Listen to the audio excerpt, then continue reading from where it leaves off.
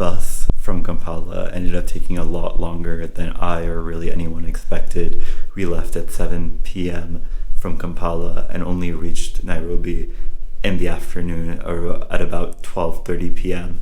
So that's a bit absurd. I mean, I'm sure there's plenty of reasons for that. I think the driver also wanted to drive very intentionally and was driving pretty slowly and carefully, so we at least arrived in one piece. But anyway, the bus was able to drop me off right in the Westland area of Nairobi, which is a very upscale area full of business parks, shopping malls, Western chain restaurants, and the big brand names that you recognize from all around the world. So I got off there and then ended up roaming around to try to find out exactly where I could get a SIM card, because having internet is one of the most important resources that you need to just be able to get around and be able to use an Uber and to find out where to go eat and all the like. So I was able to do that. That was my first stop with all my bags roaming through a mall to try to find a SIM card. After getting that done, I called an Uber from the mall to take me to my guest house, which is actually like a bunch of furnished apartments which are being rented out. So I've got a studio apartment here, which I've rented for about $25 a night. Staying here for 3 nights for now, and then we'll see if I want to do other parts of Kenya. But for now, I'm just enjoying some of the perks of being in one of Africa's largest cities, Nairobi. I got to shower with some really hot water with some great water pressure, all for a very affordable price that fits within my daily budget. And now that I'm showered, I'm going to step out, try to find somewhere to eat, walk around a little bit, and see where the day takes me. I'm not too tired right now. I think it's already past 1 p.m., so might as well just roll with it, see what I can do during daylight today, and then come back in the evening and chill a little bit in my room and take it slowly for the rest of the evening. Hello everyone, the sun is about to go down here in Nairobi, and you might be wondering what exactly happened to all those afternoon hours that I spent around the city. I will be completely honest, I did absolutely nothing this afternoon, so I have nothing to show you. Literally all I did today was just go have lunch, then chill at one of the many malls surrounding this area of Nairobi. Just walked around, had a coffee, and that's about it. Just sort of chilled in one place. I mean, obviously I just got off of a 18-hour bus ride overnight, no real rest, so I'm like a zombie of my original self and have no intrinsic motivation to go do anything around Nairobi that's actually challenging or taxing or even mildly interesting. So I'm just headed back to Riverside, which is the area where my accommodations is. I was leaving Westland. I was leaving Westland back there, and that's the hub that most travelers, most people who are here for business, most expats will definitely at some time or the other find themselves in when they're here in Nairobi.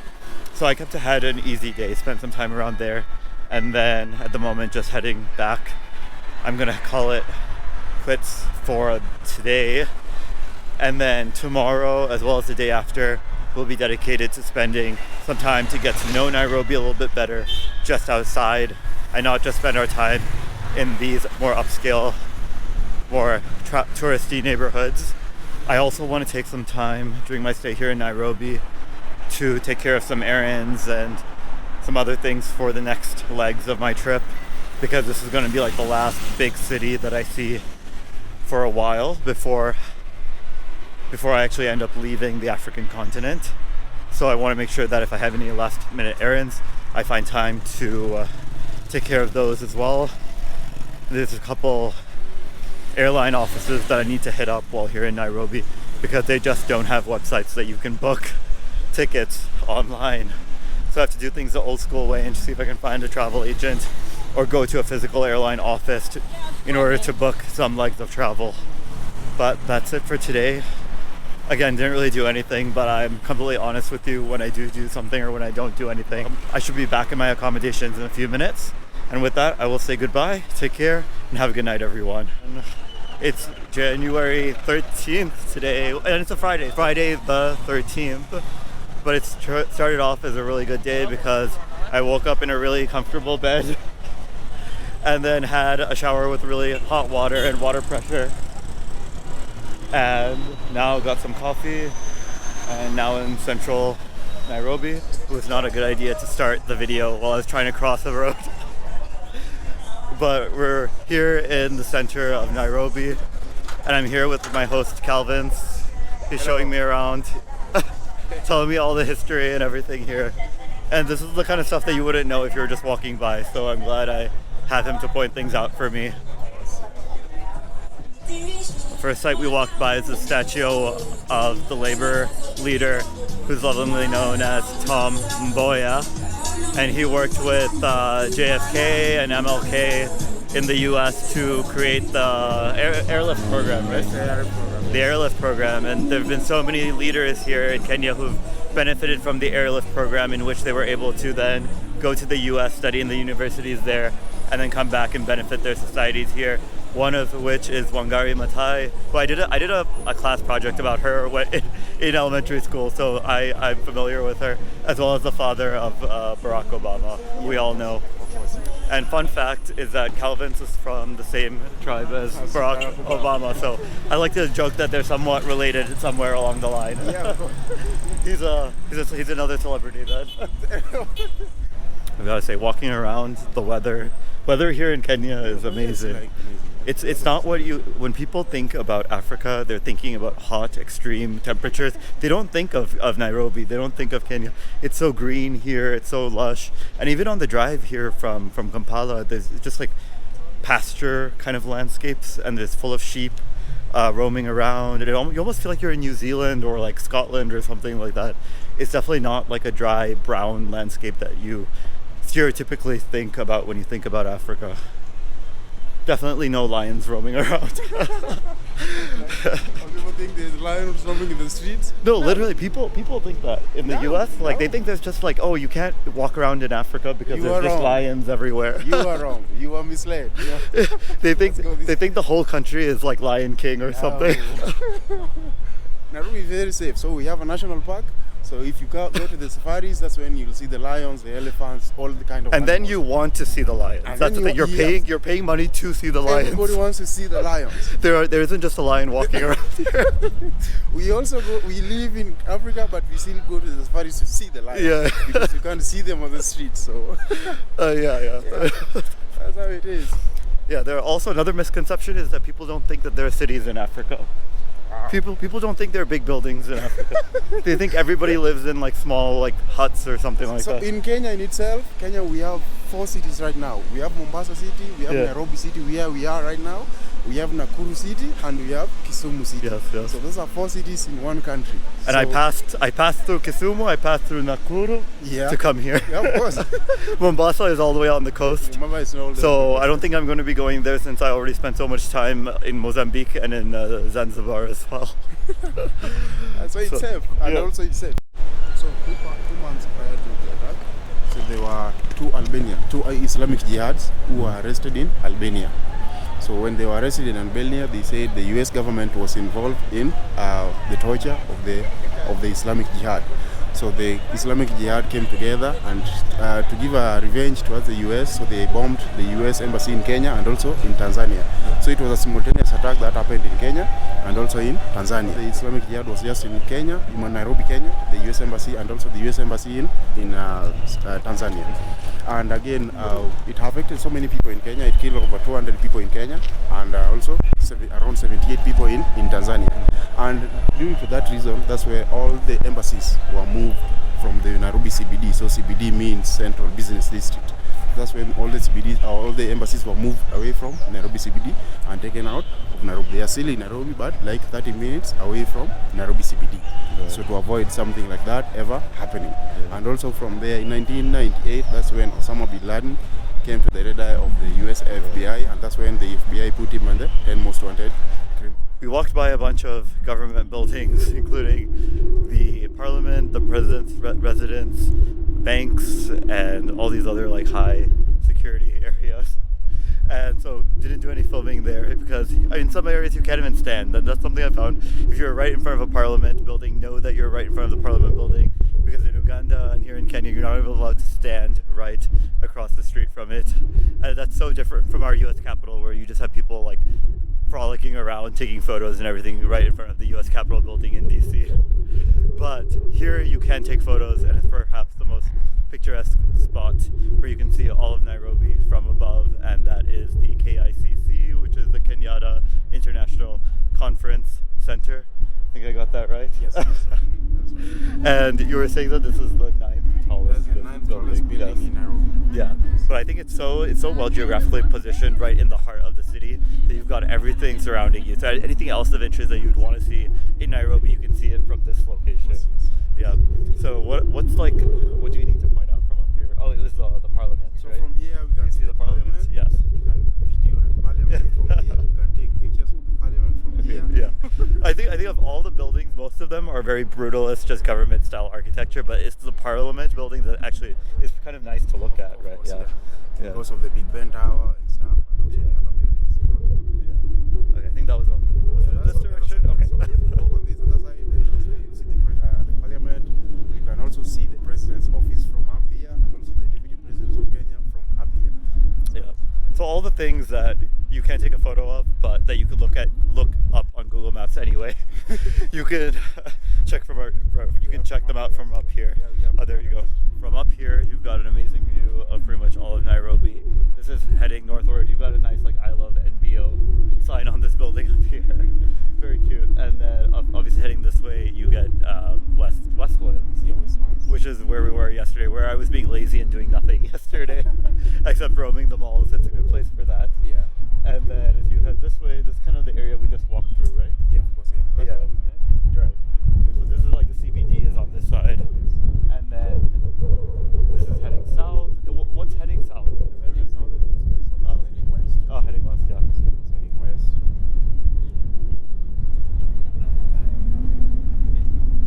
And then you have a mosque there. Temple. A temple. Oh, okay.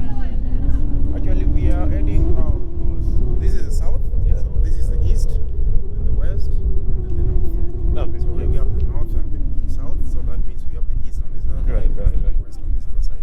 Yeah. So this other area where the temple is towards the east. Okay. The Eastlands. Eastlands. So there's Lawrencelands and Eastlands. So we just have Eastlands and Westlands. Okay. But actually, Westlands appears towards the north of Kenya. Yeah. But yeah, just from up here, you can get a sense of how it's so difficult to figure out exactly what to do in Nairobi in a short period of time, because it's just such a large city, and you can just see how distinct every area looks. And you might even pick out something that's very characteristic from the landscape here. Like I saw the dome, which I guess is a temple right over there. And I was like, that seems really interesting, but there's just so many different things like that. You're like, I want to go there, I want to go there.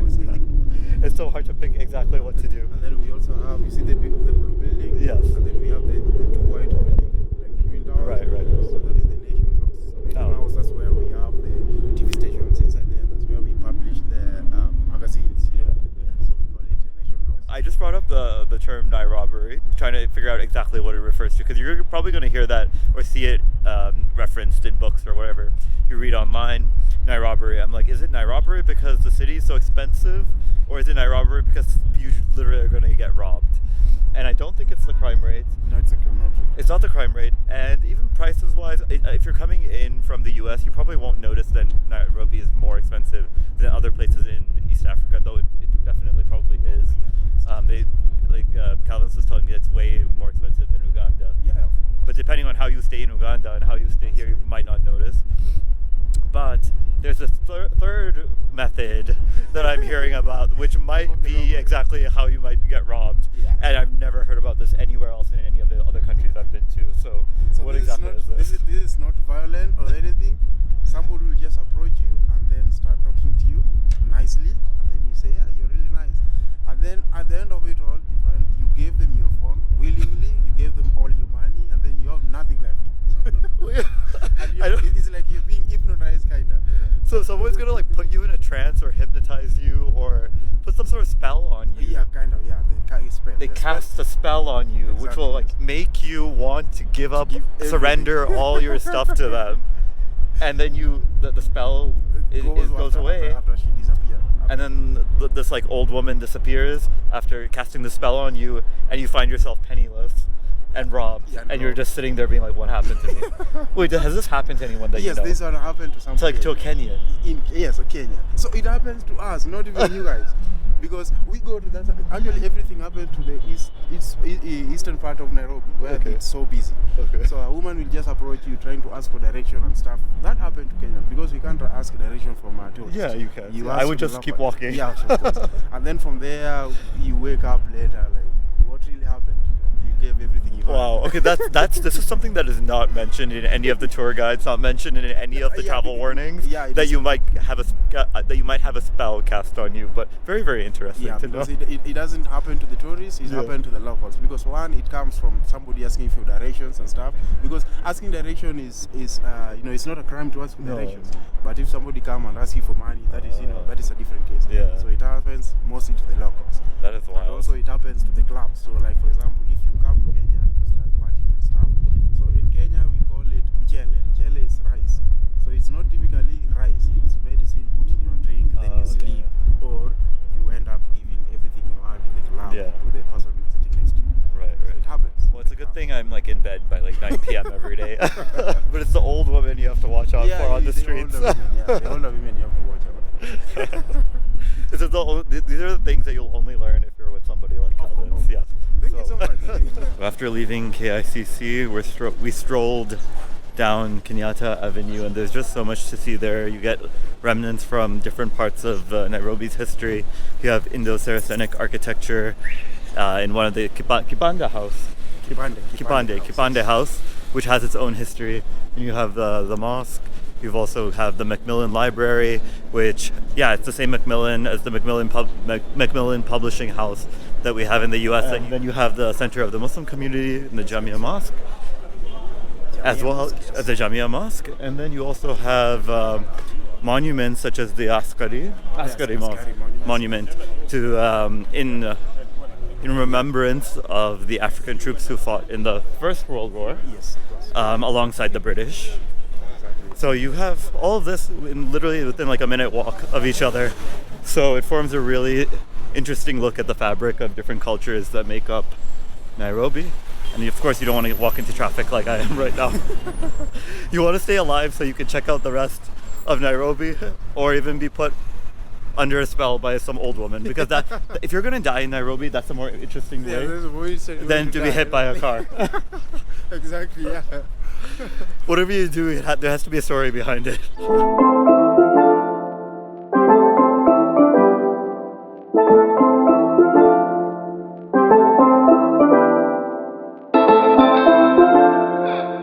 A short stone's throw from Kinata Avenue is the city market. Walking in now. So there are flowers. Obviously, you see the flowers, and then it's a lot of like touristy items. Let's see what else is here. Oh, it's actually a really nice building.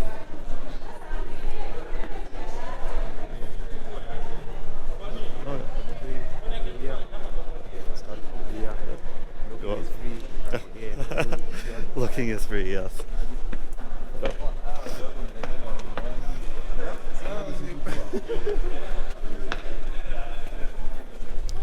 The market consists of not only the indoor area, but also it extends outside.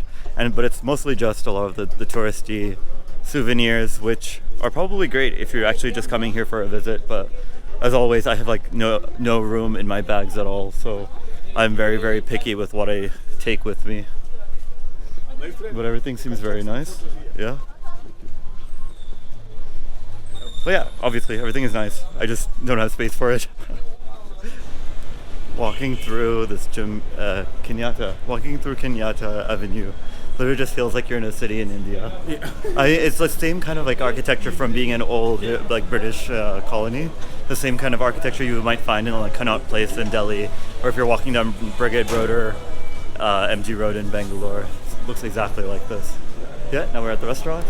So after roaming around the safe parts of Nairobi with Calvin's, I stopped here at a restaurant for lunch just off of Kinata Avenue.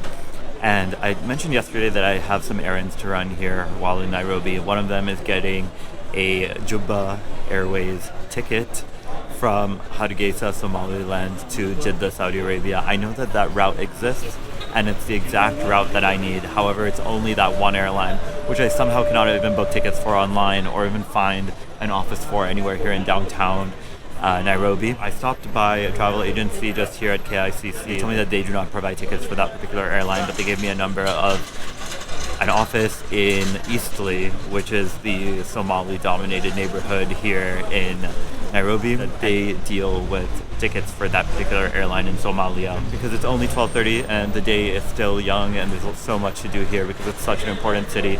People from all over Africa, people from Asia, people from Europe have all made Nairobi their home. And so there are so many diverse experiences to have in Nairobi, and there's just so much to take in. So I guess it's not a good idea to go visit Eastleigh. I actually looked up the government travel advisory, and the US government has a specific travel advisory for Kenya, for Nairobi, urging its citizens not to visit Eastleigh in particular. So I don't think it's worth going there. I did, however, get a number of a travel agency that does flights in and out of Somalia. And they told me that Juba Airways isn't even running that route from Hargeisa to Jeddah. So I think that saves me one little bit of an errand trying to book that flight if even they can't find it.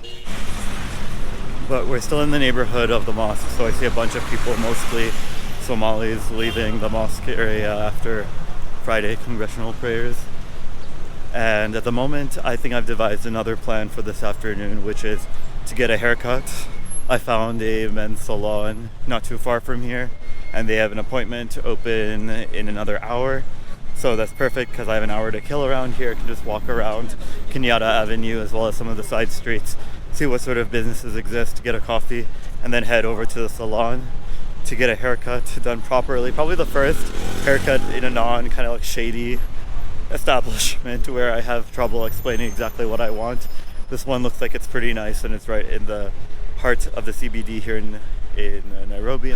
So where have I been all afternoon? Well, it's about 7 o'clock. The sun is going down, and if the oily mess on my head is any indication, you'll know exactly what happened. So I had a 3:15 p.m. appointment to get a haircut. I left the salon at 6 p.m. Yeah, it took about 3 hours to do whatever this is. And I completely understand why this happens, because if you look around, 99% of the people here have hair that looks nothing like mine. And I completely understand back in the US why black folks need to make sure that they have establishments which cater to their hairstyle and people who know their hair. And if they don't know their hair, people who are honest with them and tell them, hey, I do not have experience with your hair. I'm going to refer you to somebody who does. Because it's the same issue that I'm facing in reverse here in Kenya. I went to like a really nice men's hair salon. The place was great, the service was great, but the guy was just, you knew how hard he wanted to get it right. He was going on it on and on and on, trying to do this, then do that, then do this, to try to convince himself that everything was going over really, really well, when I was just thinking, okay, it started off okay. As he kept doing more and more and more over like the almost 3 hours, it was getting worse and worse and worse. But he was just so motivated and so determined, and he was really, really patient and trying to do a good job and really wanted to please me. But the end result is literally, I don't even know what's going on here. I don't know.